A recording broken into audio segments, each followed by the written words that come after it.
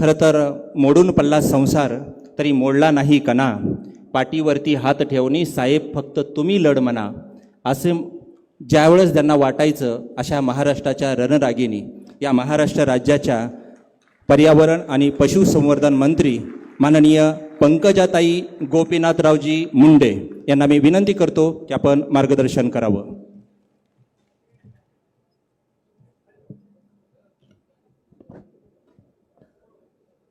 आज माझे पिता आणि माझे नेता, तुम्हा सर्वांचे नेता, लोकनेते गोपीनाथ मुंडे साहेबांच्या त्यांचीच कर्मभूमी असणाऱ्या लातूर येथे जिल्हा परिषदेच्या प्रांगणात जे शेवटी त्यांनी पंचायत राज मंत्री बनून अखेरचा श्वास घेतला, त्याच जिल्हा परिषदेच्या प्रांगणात त्यांच्या पूर्णाकृती पुतळ्याचा आज अनावरण करण्यात आलेलं आहे. या अनावरणाच्या कार्यक्रमाला आवर्जून जे उपस्थित आहेत, कदाचित भाग्यामध्ये दुसऱ्या कोणाच्याही हस्ते उद्घाटन नव्हतं, त्यांनीच मुख्यमंत्री म्हणून हे उद्घाटन करावं अशी मुंडे साहेबांची स्वतः इच्छा होती. ते आदरणीय या महाराष्ट्राचे अत्यंत कष्टाळू आणि कर्तृत्वान मुख्यमंत्री देवेंद्रजी फडणवीस, या जिल्ह्याचे पालकमंत्री आदरणीय शिवेंद्रसिंह राजे भोसले, माझे सहकारी मंत्री ग्रामीण विकास त्यांच्याकडे आहे, मागच्या 5 वर्षाच्या आधी माझ्याकडे होतं, त्यामुळे त्यांच्याकडनंही खूप अपेक्षा आहे ग्रामीण भागाच्या, जयकुमारजी गोरे ज्यांनी माझ्यापूर्वी भाषण केलं, माझे बंधू माझे कृषी मंत्री धनंजयजी मुंडे ज्यांनी हा कार्यक्रम आयोजित केला आणि या अनावरणाच्या सोहळ्याला एवढं चांगलं भव्य सोहळा आयोजन करण्यामध्ये ज्यांनी अग्रेसर आहेत ते आमदार रमेशप्पा कराड, मुंडे साहेबांनी ज्यांना युवा मोर्चाचा अध्यक्ष बनवलं ते देवेंद्रजी, नंतर ज्यांना बनवलं ते धनंजय मुंडे आणि त्यांच्यानंतर ज्यांना बनवलं ते संभाजी पाटील निलंगेकर, तेही मंचावर उपस्थित आहेत. त्यांनी पालकमंत्री म्हणून काम केलं. ते आमदार झाले 2दा याचा आनंद आहे, पण आमचं फार वट होती ते असताना मुख्यमंत्री कार्यालयात. अभिमन्यू पवार आता आमदार आहेत, 2दा आनंद आहे. आमचे आमदार विक्रम काळे, आमदार संजय बनसोडे, आदरणीय पाशाभाई पटेल माझे आमदार आता कृषी मूल्य आयोगाचं काम करतायत, बांबूवर फार मोठं काम करतायत. आमचे भाऊजी, आमचे लाडके गोविंदरावजी केंद्रे अण्णा, शिवाजीरावजी कवेकर, संजय कोडगे, या पुतळ्यामध्ये भरपूर धडपड ज्यांनी केली ते तेव्हाचे जिल्हा परिषदचे अध्यक्ष राहुल केंद्रे ज्यांनी खूप सहकार्य मला केलं आणि म्हणून आम्ही मराठवाड्याची स्थानिक स्वराज्य संस्थेची जागा आम्हाला खूप आशीर्वाद ज्यांच्यामुळे मिळाले. बसवराजजी पाटील, आमच्या बहीण अर्चना, म्हणजे तसं मी त्यांना वहिनी म्हणते पण अर्चनाताई पाटील चाकूरकर, कलेक्टर वर्षाताई, त्यांचंही खूप कौतुक सगळेजण करतायत. आणि CEO जिल्हा परिषद राहुल कुमार मीना आणि आयुक्त मानसी मीना, इथे दोघेही मीनाच आहेत का? अच्छा, पती पत्नी एकत्रीकरण आहे, व्हेरी गुड. आणि समोर सर्व मान्यवर मंचावर उपस्थित आणि समोर उपस्थित मुंडे साहेबांवर कुठल्याही अपेक्षेविना त्यांच्या जाण्याच्या पश्चात 11 वर्ष झाले तरी सतत प्रेम करणारे तुम्ही सगळे वडीलधारी मंडळी, माझ्या माय माऊल्यांनो आणि युवा बांधवांनो, खरं आजचा दिवस असा आहे, काय बोलावं मला कळत नाही. ज्या दिवशी मुंडे साहेबांचं निधन झालं त्या धक्क्यातून कशी त्या म्हणजे धुक्यामध्ये वावरल्यासारखे आम्ही कितीतरी दिवस वावरलो. मी जेव्हा हॉस्पिटलमध्ये गेले त्या सगळ्या दिल्लीमध्ये मला कोणीच ओळखीचं वाटत नव्हतं, तेव्हा मुंडे साहेबांच्या मृतदेहापाशी देवेंद्रजी उभे होते आणि तो एकच चेहरा मला वाटलं की अरे मी देवेंद्रजी म्हणून तिथे खूप जोरात टाहो फोडला. कारण मला असं वाटत होतं की विमानात बसताना आदरणीय नितीनजींचा फोन आला होता. त्यांनी सांगितलं होती परिस्थिती, पण मन मानत नव्हतं. मला वाटत होतं एवढ्या लाखो लोकांच्या प्रार्थना माझे बाबा नाकारणार नाहीत. ते मास लीडर आहेत, ते लोकांची कधीच नाही म्हणत नाहीत, ते लोकांची याचना कधीच नाकारणार नाहीत. मी दवाखान्यात जाईपर्यंत मुंडे साहेब चमत्कारिकदृष्ट्या ते ट्राय करत होते ना, त्यांना रिवाईव्ह करायचं, ते जीवित असतील अशी अपेक्षा, भाबडी अपेक्षा होती. त्यांचा मृत्यू स्वीकारण्यासाठी खूप खूप खूप दिवस लागले. त्यांची डॉक्युमेंटरी बनवली तेव्हा कळत नव्हतं की काय ओळी मुंडे साहेबांसाठी बोलाव्या. एक आह भरी होगी हमने न सुनी होगी, एक आह भरी होगी हमने न सुनी होगी, जाते जाते तुमने आवाज तो दी होगी. हर वक्त यही है गम, उस वक्त कहाँ थे हम, कहाँ तुम चले गए. मुंडे साहेबांनी जीवनात काय कमवलं मला माहित नाही, कारण मी त्यांची वारस आहे. वारस तुम्ही सर्वच आहात. मंचावरचे देवेंद्रजी आहेत, मंचावरचे सगळे लोक आहेत.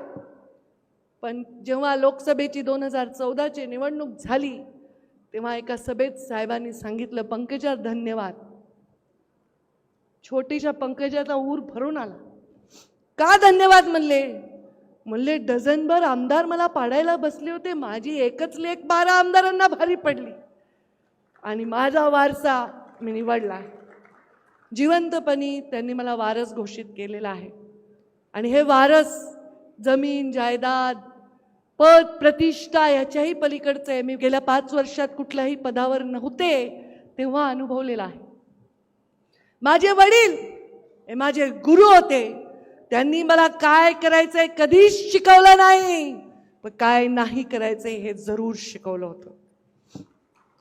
आणि म्हणून बरेच लोक, मी कधी कुणाचा एकेरी उल्लेख करत नाही, माझ्या माघारी मी कधी कुणाची प्रतारणा होईल असं कधी बोलत नाही, पातळी सोडून बोलत नाही, कुणाचा राग वाटत नाही, मला कुणाविषयी द्वेष वाटत नाही.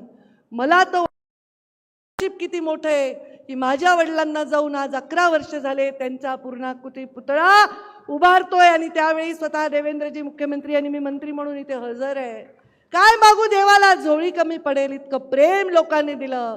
लोकांचं प्रेम तेव्हा कळतं जेव्हा माणूस काही नसतो. आणि मुंडे साहेब मंत्रिपदाची शपथ घेण्यास ती आयुष्यातल्या सगळ्यात संघर्षमय जीवनात होते, तेव्हा मुंडे साहेबांना लोकांनीच प्रेम दिलं. मुंडे साहेबांच्या जाण्यानंतर एका मुसलमान माणसाला हार्ट अटॅक आला बातमी ऐकून आणि तो जागच्या जागी दगावला. हे प्रेम आहे. असंख्य तरुण आत्महत्या करत होते, वेडे झाले होते. मुंडे साहेबांच्या चितेत आम्हाला ढकलून द्यायची लोकांची तयारी होती, एवढा आक्रोश त्यांच्या डोळ्यामध्ये होता. त्या सगळ्या संपत्तीपुढे, या प्रेमापुढे कोणती पद प्रतिष्ठा, कोणतंही वैभव हे माझ्यासाठी मोठं नाही. माझ्या तोंडातून, माझ्या वडिलांनी त्यांच्या तोंडातून सांगितलंय, माझा वारसा आहे, केवढी मोठी जबाबदारी आहे. या सुईच्या टोका एवढी जर त्याला धक्का लागला तर मला खूप वाईट वाटेल. आणि म्हणून मी माझ्या जीवनामध्ये प्रत्येक क्षण स्वर्गातल्या माझ्या बापाची मान कशी वाईल होईल, टाईट होईल असंच वागायचा प्रयत्न कर. त्यांनी सांगितलं, कुणी तुकड्या फेकलेले कधी घ्यायचे नाही, स्वाभिमान गहाण टाकायचा नाही. या महाराष्ट्रातल्या दीन दलित पीडित लोकांना स्वाभिमान देण्यासाठी मुंडे साहेबांनी आपलं आयुष्य वेचलं. त्यांच्या जीवनात काय होतं, संघर्ष तोच करू शकतो ज्याचा पाठीचा कणा ताट आहे आणि ज्याच्यामध्ये स्वाभिमान आहे. आणि हा स्वाभिमान मुंडे साहेबांनी आमच्या रगारगात भरला.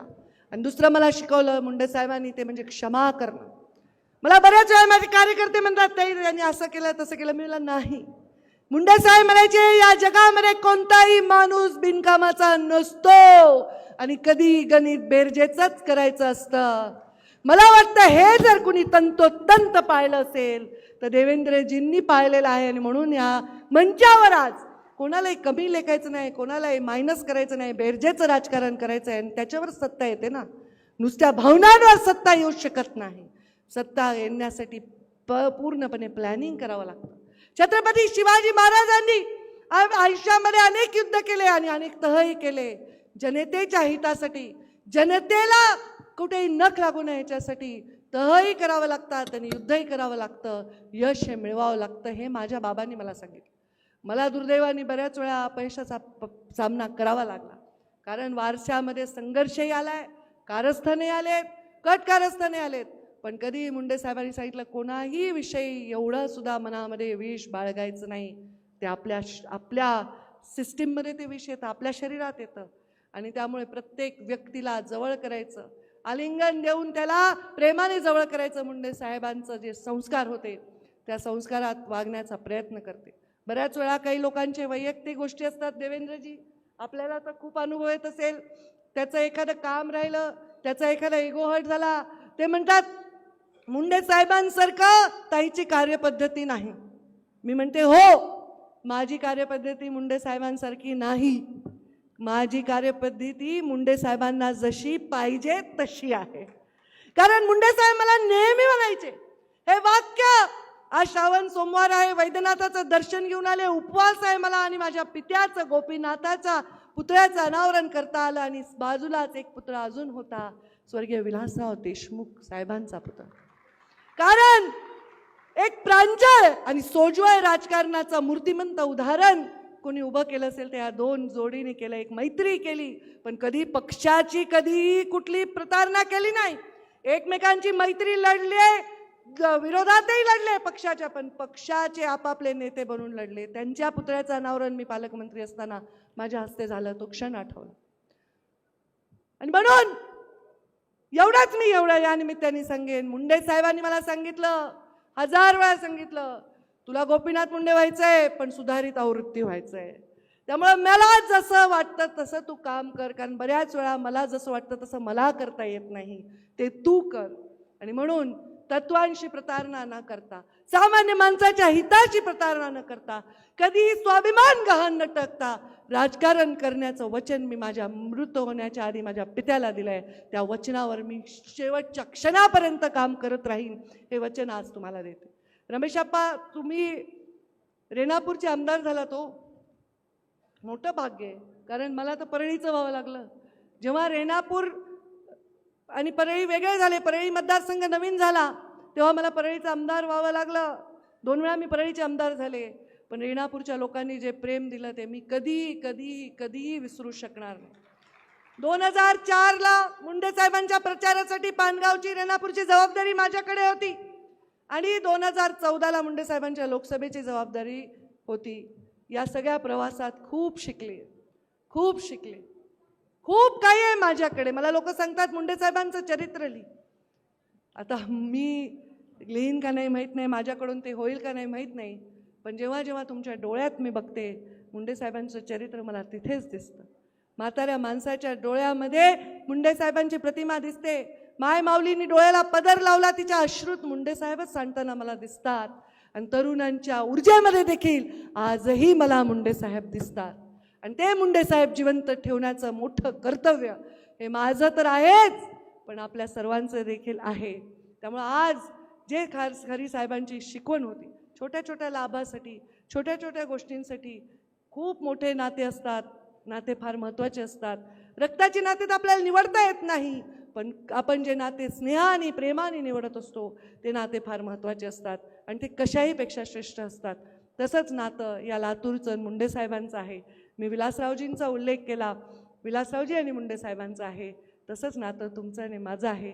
चूकभूल कधी क्षमा करा. कधी राजकारणामध्ये एखादी घटना आपल्याला यशस्वी करता येत नाही, पण मनामध्ये कधीही लोकांच्या विरोधात कोणाच्या वाईट करण्याचा हेतू कधीही नसणार.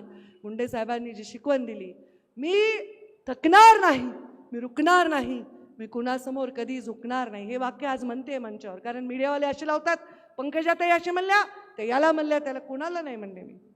मी कोणाला नाही म्हणले. मी परिस्थितीसमोर झुकणार नाही, मी उतणार नाही, मी मातणार नाही, मी घेतला वसा टाकणार नाही, असा शब्द देते. खातं माझ्याकडे आहे पर्यावरण आणि पशुसंवर्धन. दोघांनाही बोलता येत नाही, व्यक्त होता येत नाही. एवढी मोठी जबाबदारी प्रधानमंत्री नरेंद्र मोदी आणि आमचे देवेंद्रजी यांनी मला दिलेली आहे. आणि प्रत्येक वेळी आता कृषीचा दर्जा आपण पशुसंवर्धनला दिला, टाळ्या वाजून देवेंद्रजी फडणवीस यांचे आपण आभार माना. अजितदादांनी आणि देवेंद्रजींनी खूप एक मला सहकार्य त्याच्यामध्ये केलं. आणि आता रिव्हर म्हणजे नदीचं पुनर्जीवन करण्यासाठीचं प्राधिकरण निर्माण करण्याच्या निर्णयाला सुद्धा देवेंद्रजींनी ग्रीन सिग्नल दिला. आणि त्यांच्या नेतृत्वाखाली या महाराष्ट्रातल्या सगळ्या नद्या परत पुनर्जीवित होतील, हा एवढासा संकल्प इथे करून जाते. आणि आपल्या सर्वांचे आशीर्वाद सदैव मला लाभतील. असंच काम चांगल्या माणसाचे, चांगल्या ज्याच्या निष्पाप मनाचे आशीर्वाद सदैव मला लाभतील, असेच तुमच्याकडनं अपेक्षा व्यक्त करते. आणि माझ्या वाढत चाललेल्या, माफ करा देवेंद्रजी, मी एवढं कधी तुमच्यासमोर भाषण नाही करत, पण आज भावना थोड्या अनावर झाल्या, क्षमा करा. 5 मिनटं जास्त बोलले तर माझ्या वाढत चाललेल्या भाषणाला विराम देते. जय हिंद, जय महाराष्ट्र.